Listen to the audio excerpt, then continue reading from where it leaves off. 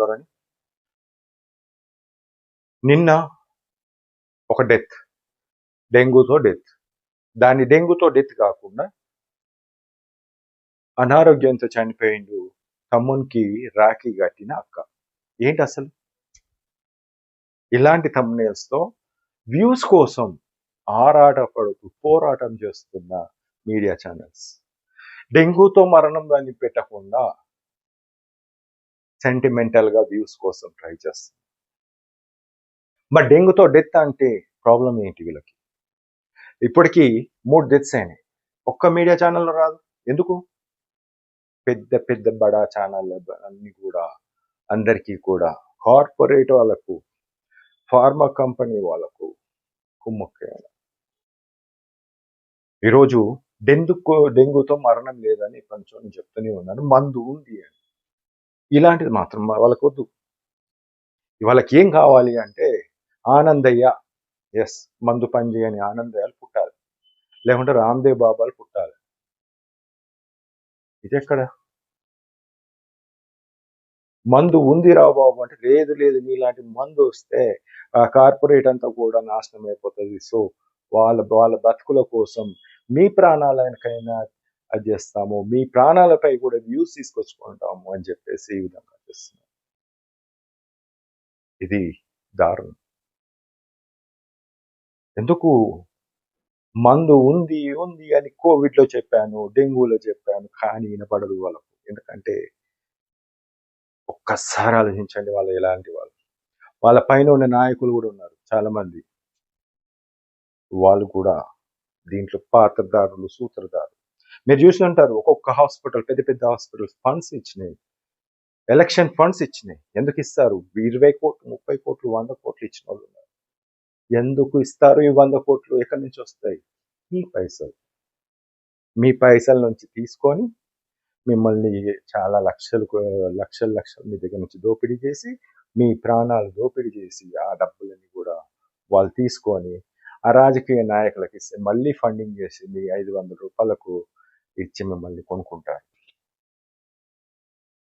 ఒక్కొక్క ఓటు 500 కొనుక్కొని మీరు లక్షలు కట్టేది మీరు చూడట్లేదు. ఇక్కడ విద్యా వైద్యమే ఇంపార్టెంట్. లక్షలు, అక్కడ లక్షలు కడతారు, తీసుకునేది 500కు భిక్షగాని కన్నా హీనంగా తీసుకుంటారు మీరు ఓటు పైసలు.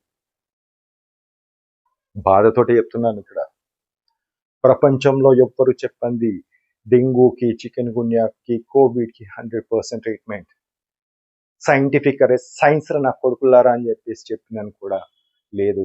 నాకు ఇలాంటి నచ్చలేదు. సైన్స్ అంటే ప్రతి స్టెప్ కూడా చెప్పడం ఇంపార్టెంట్. దాంతో చెప్పాను. ఇలా చస్తున్న దాని మీద కూడా వ్యూస్, చస్తున్న దాని మీద కూడా పేరు చెప్పకుండా అనారోగ్యంతో ఏంటి అసలు? మరి డెంగ్యూ మరణాలు కార్పొరేట్లో ఇన్ని 3 అయినాయి. మరి డెంగ్యూ వైద్యం లేదు కదా వాళ్ళకు, వాళ్ళ దగ్గర లేకనే. ఇప్పుడు నేను ఒకటి చెప్తున్నా, ఏ డాక్టర్ దగ్గర, మా డాక్టర్ దగ్గర లేదు. ఈ వైద్యం ప్రభుత్వం ఒక తీసుకురావాల్సిన బాధ్యత ఉంది. రేవంత్ రెడ్డికి ఉంది, దామోదర్ నరసింహకు ఉంది, అండ్ మోడీ గారికి ఉంది, నడ్డా గారికి ఉంది. ఎందుకు తీసుకురారు ఇలాంటి వైద్యాన్ని? నచ్చకనా?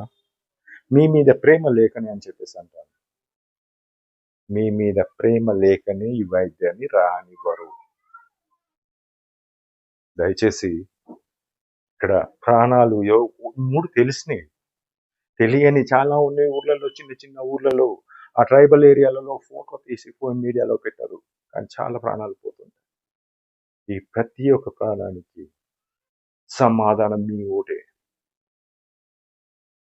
చిల్లరకు ఆశపడి చిల్లరగా మొత్తం కూడా వ్యవస్థ నాశనం పట్టిస్తున్న కొందరిని అడగాల్సిన అవసరం ఉంది అని.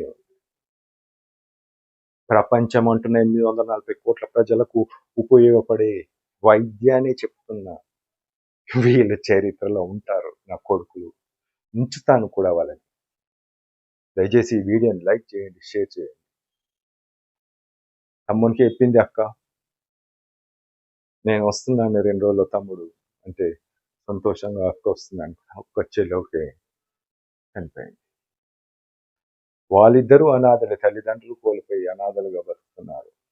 ఇప్పుడు ఆ తమ్ముడు కాస్త చెల్లిని, అక్కని అనాథ చేసి వెళ్ళిపోయాడు. ఇలాంటి చాలా ఎన్నో ఉన్నాయి. మన ఖమ్మంలో ఒక పాప, ఒక అమ్మాయి 32 సంవత్సరాలు, పాప 11 సంవత్సరాలు, తల్లి లేని పిల్లలు. ఇలాంటి చాలా చాలా ఉంటాయి. దయచేసి ఈ వీడియోని లైక్ చేయండి, షేర్ చేయాల్సింది.